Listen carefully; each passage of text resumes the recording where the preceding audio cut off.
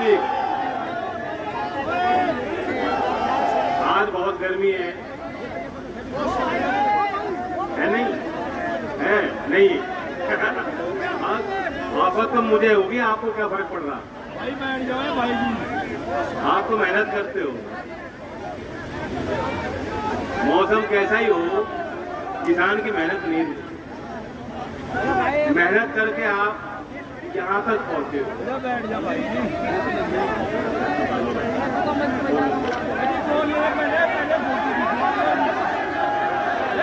कोई बात नहीं, पूछता है। ये सब बच्चे व्यवस्थाओं में मदद कर रहे हैं। किसान का तो जीवन ही संघर्ष है। और ये बात मन से हो रही थी कि किसान की तो इच्छा होती है, अगर दो बच्चे हैं कि एक खेती करेगा और एक नौकरी करेगा। चौधरी चरण सिंह जी भी यही बता गए थे। लेकिन आज अगर आप अपने घर में आप अपने नौजवानों से पूछो या कोई सर्वेक्षण किया जाए गांव में, आपकी जो अगली पीढ़ी है ना, अगर आप उससे पूछोगे कि क्या करना चाहते हो, 11-12 वर्ष की उम्र में ही उसे पता लग जाता है क्या करना है, और वो दौड़ लगानी शुरू करता है। या तो पढ़ाई पे ध्यान देता है या अपने शारीरिक क्षमताओं के विकास पर ध्यान देता है। और उसी समय से उसके मन में ख्याल होता है कि मैं सेना में जाऊंगा। अगर कोई सर्वेक्षण होगा तो शायद किसान के घरों में आपकी अगली पीढ़ी कोई भी ये नहीं कहेगा कि मैं किसान बनूंगा, कोई नहीं कहने का। जमीन कितनी बच रही है, कितनों में बटेगी, किसके नसीब में आएगी, वो जमीन पे क्या आप उगा लोगे, क्या आपके खर्चे हो जाए पूरे? संभव नहीं है। चौधरी चरण सिंह जी ने जब उस समय जवाहरलाल नेहरू जी एक प्रस्ताव लाए थे, रूस से प्रेरित होकर कोऑपरेटिव फार्मिंग, सहकारी खेती, जहां असल में वो सरकारी खेती होती, उसका चौधरी साहब ने विरोध किया और उन्होंने तर्क रखे थे कि छोटा काश्तकार, जिसे आप छोटा कहते हो, जिसकी जमीन कम है, जितनी मेहनत वो कर लेता है अपनी जमीन को तैयार करने में, पैदावार करने में, उतना और लोग नहीं करते। इसलिए जो विदेशी वेस्टर्न इकोनॉमिक्स का जो मॉडल है कि बड़ी चीज अच्छी होती है, जितने बड़े बड़े चक होंगे तो उस पे जो है तकनीकीकरण हो जाएगा, पूंजी लगाकर निवेश कर कर अच्छी खेती हो जाएगी। ये जो विचार था उसके बिल्कुल विपरीत चौधरी चरण सिंह जी ने हमारे देश के लिए एक रास्ता तैयार किया। लेकिन उस रास्ते पे हम चले नहीं, उस रास्ते पे देश चला नहीं। और आज की इकोनॉमिक मॉडल और आज की परिस्थितियां अब ये ऐसी हो चुकी हैं कि खेती बहुत महंगी है और फायदे का सौदा नहीं रहा। पहले कहावत होती थी ना कि रेल की सवारी हो, जिस घर में रेल की सवारी हो, नौकरी हो और मिल पे गन्ना जाता हो, उसे आप संपन्न परिवार मानते हैं।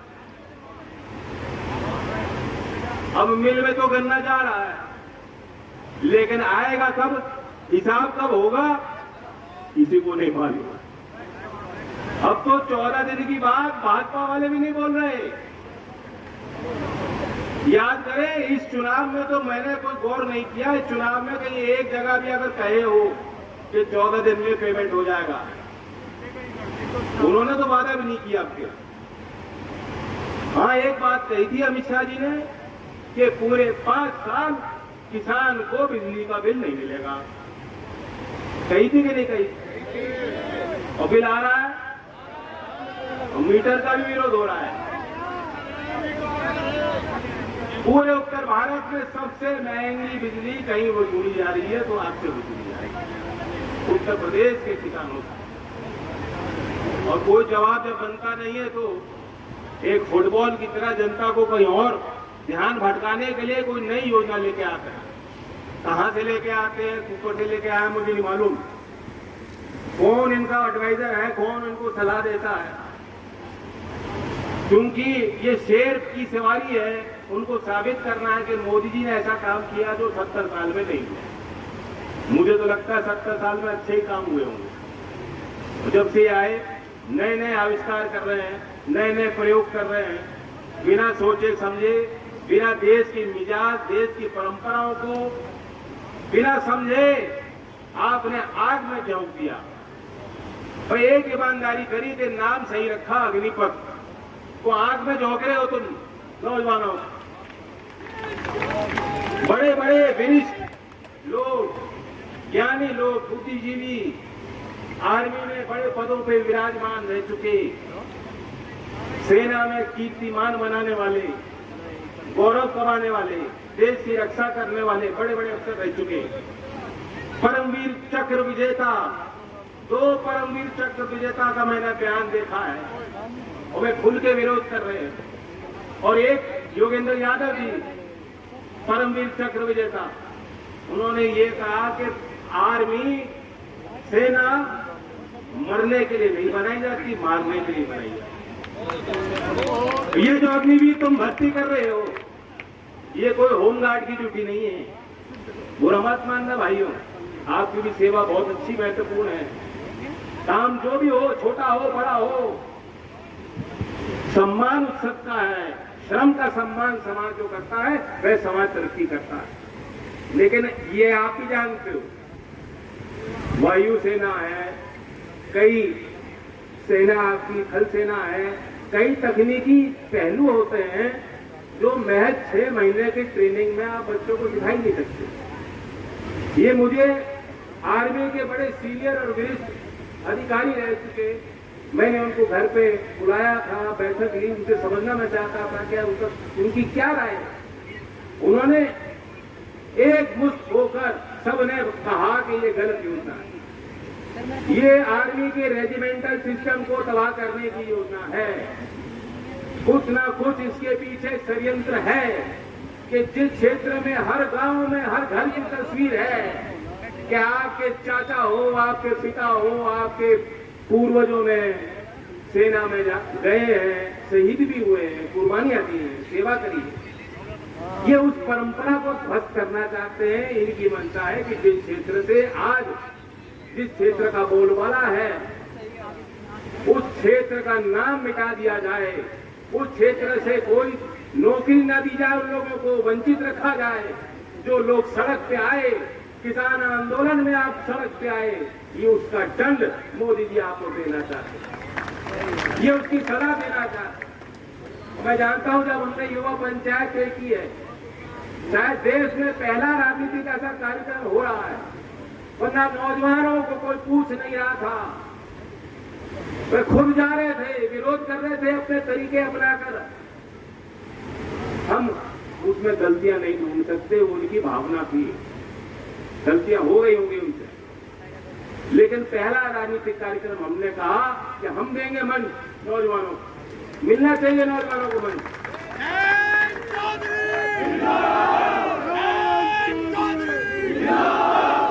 मैं एक बात जानता हूं, शामली का क्षेत्र प्रगतिशील क्षेत्र है। एक ही जिला होता था मुजफ्फरनगर जिला, यहाँ आपकी खेती भी अच्छी है, गुड़, घी, शक्कर सब बढ़िया है, आदमी भी अच्छे हैं, महिलाएं भी अच्छी हैं, सब अच्छे, गुणवान समाज है। और जो भी शुरुआत होती है अच्छी जगह से होनी चाहिए। भैंसवाल की ऐतिहासिक आपने किसान पंचायत करी थी, बहुत लोगों की आंखें खुली। शायद इस क्षेत्र ने और आपने जो उस समय उस मंच पे आशीर्वाद दिया, अगर वो भैंसवाल की पंचायत में आप नहीं आते, अपनी ताकत नहीं दिखाते, तो किसान कानून आज कानून होते, सरकार पीछे नहीं हटती।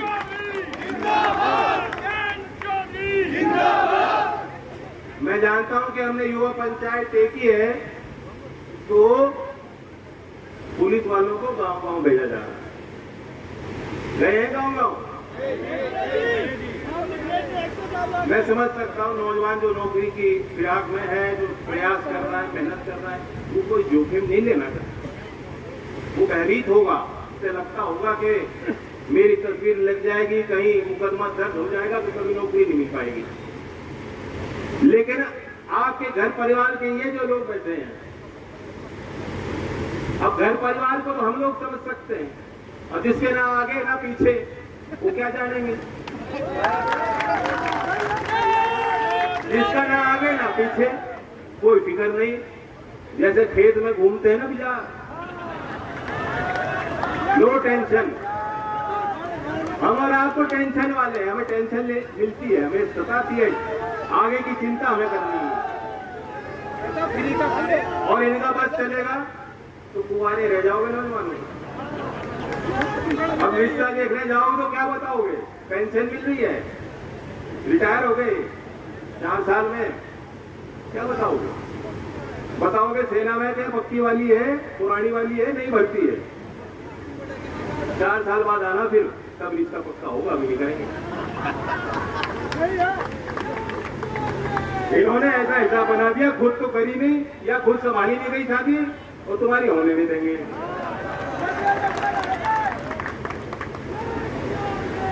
मैं पुलिस वालों को भी कहना चाहता हूँ, ड्यूटी तो ड्यूटी होती है, आपको बताया जाता है, आप कर रहे हो, लेकिन होशियार हो जाओ, सतर्क हो जाओ। अभी जो आर्मी के साथ कर रहे हैं, कल पुलिस विभाग के साथ भी ये करेंगे।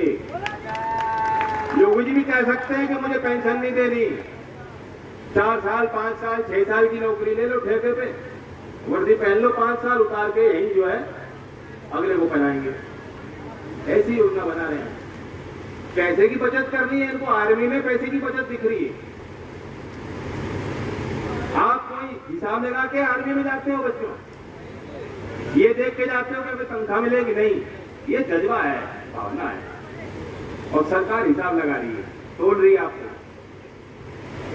और जब आप जाओगे 4 साल के बाद लौटोगे, आप ये भी नहीं कह पाओगे हम सेना में थे, कोई दर्जा नहीं, कोई बेनिफिट नहीं।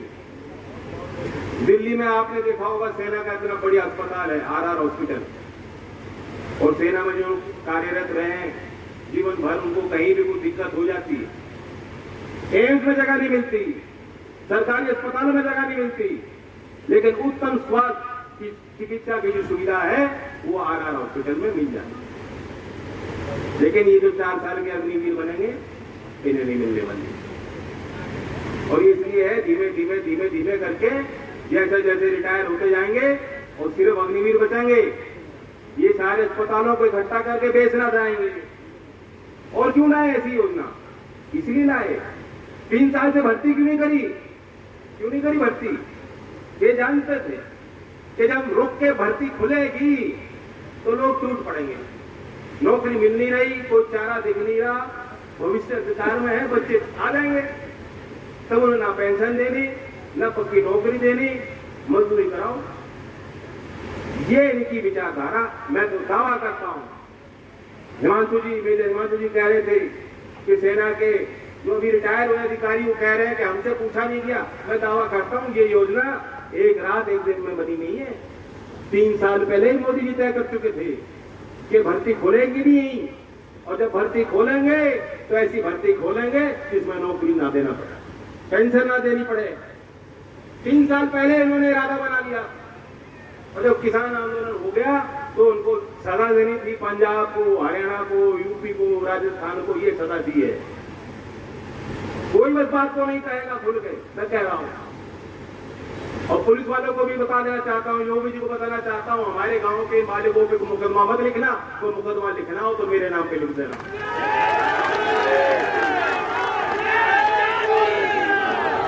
क्योंकि अभी पर्चा भरा, अभी जब मैंने पर्चा भरा MP का, तो वो खाना बिल्कुल खाली था। एक आध मुकदमा तो लिखना चाहिए ना वहां, वरना डिस्क्वालीफाई हो जाऊंगा।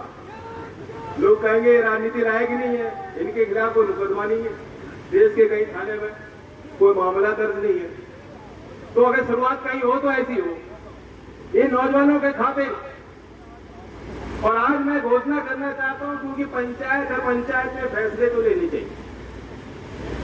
हमने पंचायतों का सिलसिला शुरू कर दिया, और हमारी मंशा है कि खुला मंच होगा, कोई छात्र नेता हो, कोई हमारे गठबंधन के साथी जो हमारी पार्टियां हैं उनके नेता, आज मैं धन्यवाद करता हूं, संजय जी आए, इकरा जी आई, समाजवादी पार्टी की तरफ से समर्थन मिला।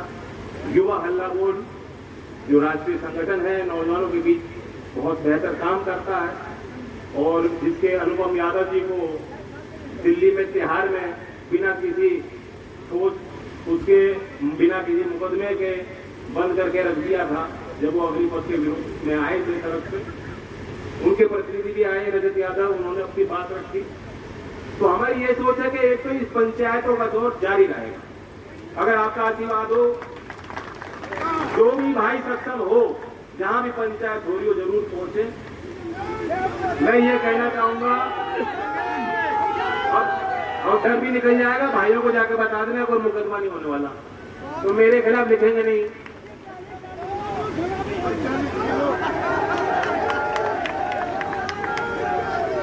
दूसरी मैं घोषणा करना चाहता हूं, दिल्ली का भी करेंगे, पहले अपने क्षेत्र में अपने लोगों के बीच, क्योंकि यहीं से ताकत मिलेगी।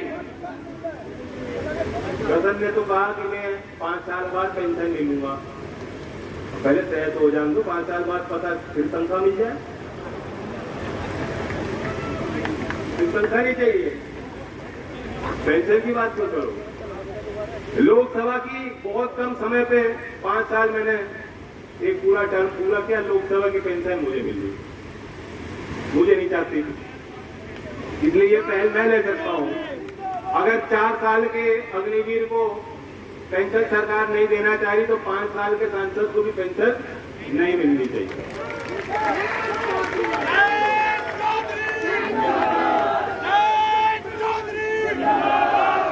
आपके आशीर्वाद से अब मैं राज्यसभा में अपनी जल्द शपथ लूंगा जब निमंत्रण मिलेगा विधिवत।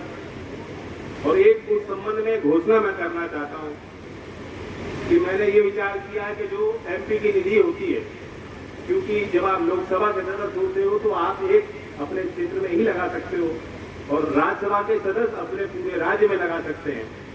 मैंने ये तय किया है कि 100% अपनी निधि का प्रयोग मैं बच्चों के लिए, युवाओं के लिए खेल की सुविधा में, स्टेडियम बनाने में, रनिंग ट्रैक देने में, क्योंकि पश्चिमी यूपी का मिजाज,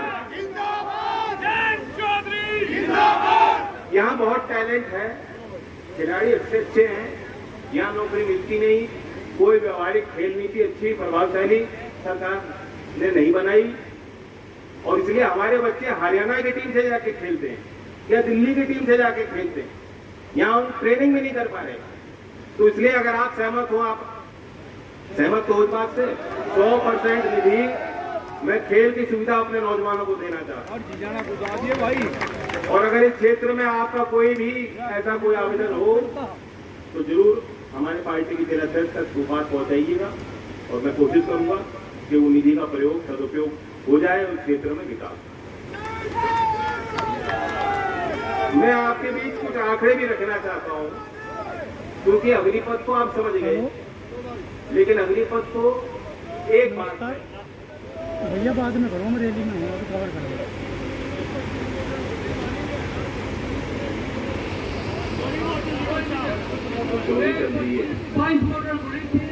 लगातार गोली मारते कोई या कुछ करता है, ऐसी सरकार है तो लोग क्यों बहन की बात करो, आप तो आ ही गए, आप कोई बह नहीं है, बुलडोजर की चाबी छीन लेंगे। वैसे ये ट्रेंड भी एलएम वालों ने शुरू किया था, चुनाव में आया, पहली बार मैंने देखा वो जो है जेसीबी पे आप लोग खड़े होकर स्वागत कर रहे हैं। मुझे लगता है योगी जी ने भी वो तस्वीर देख के वहीं से आइडिया लिया उन्होंने। कुछ काम अच्छे के लिए होते हैं, कुछ बुरे के लिए हो जाते हैं। मैं आपको बताना चाहता हूँ, अग्निपथ योजना तो एक चीज है, अब सरकार ये कह रही है हम वापस नहीं लेंगे, लेकिन 13 महीने आप लोग सड़क पर डटे रहे, सरकार ने वापस लिया नहीं लिया। उससे पहले मोदी जी भूमि अधिग्रहण कानून को बदलने जा रहे थे, कई बार संसद सत्र नहीं चल रहा था, उन्होंने राष्ट्रपति से साइन करवा के बनवाया होगा और कई बार पीछे हटे। तो ये सब दिखावा है, ये दिखावा है, ढेर हो जाएंगे। ये बनावटी शेर हैं, कागजी शेर हैं। जब शामली का शेर खड़ा हो जाएगा उसके आगे टिकने वाले नहीं।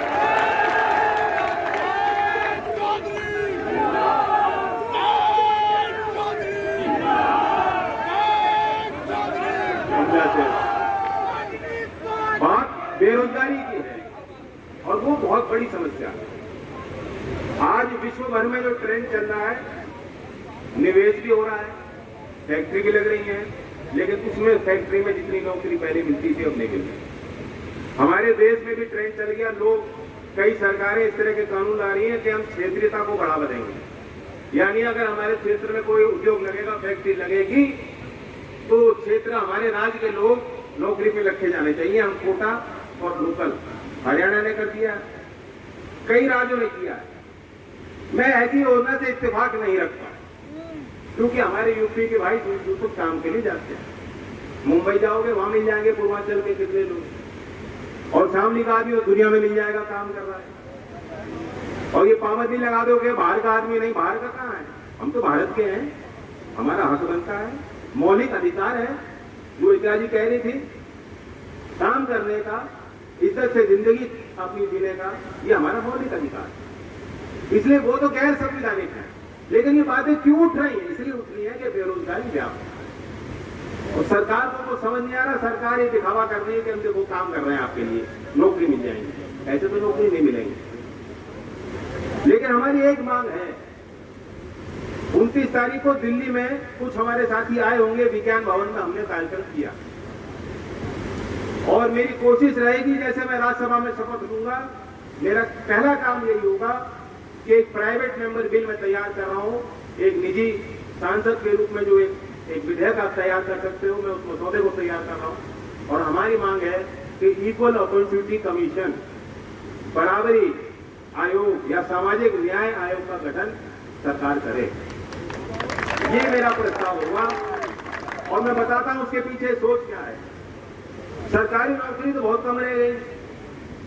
अब पुलिस की भर्ती खोली है इन्होंने, अब कह दिया कि दिसंबर तक होगी, कब तक होगी पता नहीं, होगी भी नहीं होगी, फिर अटक जाएगा मामला, लटक जाएगा, कोई कोर्ट चला जाएगा, स्टे हो जाएगी। सरकारी भर्ती कर नहीं रही, सरकारी उपक्रम को बेच रहे हैं, बेचने में मायने नहीं। गंजे को तो कंगा बेच दे और मुर्दे को लाइफ इंश्योरेंस, जिसको कोई जरूरत नहीं वो चीज बेच रहे हैं, थोप रहे हैं आपके ऊपर, बेचने में मायने। सरकारी कंपनी को छोड़ेंगे नहीं, सब बेचेंगे, तो फिर चाहे आरक्षण हो या नौकरी हो, कहां से मिल जाएगी? और प्राइवेट सेक्टर में एक दिक्कत होती है, हमारे बच्चे पढ़ाई में अच्छे होते हैं, लेकिन फिर अंग्रेजी में मार्क्स खा जाते हैं, फिर इंग्लिश में दिक्कत आ जाती है बच्चों को। और मैं दावा करता हूं, अगर सर्वेक्षण हो गया, जितनी बड़ी बड़ी कंपनियां हैं, अगर ये जांच पड़ताल हो गई, जो आयोग में बनाना चाह रहा हूं उसकी जिम्मेदारी होगी जांच पड़ताल। अगर ये जांच हो गई तो खुलासा हो जाएगा, गांव के बच्चों को इन बड़ी कंपनियों में नौकरी नहीं मिल रही, महिलाओं को नौकरियां नहीं मिल रही। गांव के बच्चों को नौकरी मिलती है तो गार्ड की मिल जाएगी, छोटी नौकरी मिल जाएगी, सेक्रेटरी लेवल मिल जाएगा, मैनेजमेंट तक पहुंचने वाला बोझ नहीं है। अनुसूचित जाति जनजाति के लोग, सरकारी नौकरी में आरक्षण मिलता है, पिछड़े जाति के लोग आरक्षण मिल जाता है, लेकिन प्राइवेट सेक्टर में कुछ नहीं है। प्राइवेट सेक्टर में उनकी गिनती निम्न स्तर पे है। और ये जानकारी पुख्ता करने के लिए सर्वेक्षण हो, जांच हो, अध्ययन विचार हो, फिर सोच समझ के कोई नीतियां बनाई जाए देश में, उसके लिए हम ये आयोग के गठन की मांग कर रहे हैं। तो ये मेरी एक और बात आपके बीच में रख रहा हूं, मेरा प्रस्ताव है, अगर आप सहमत हो तो मैं इस प्रस्ताव को संसद में रखूंगा। वो बाकी अब अगली पंचायत हमारी 3 तारीख को, आपका पुराना जिला है शाहपुर, पहुंचोगे? शाहपुर पहुंचोगे? प्रेरित करो, वहां ज्यादा संख्या में पहुंचो और नौजवानों को ज्यादा संख्या में लाओ, महिलाओं को भी लाओ। धन्यवाद। जय जय।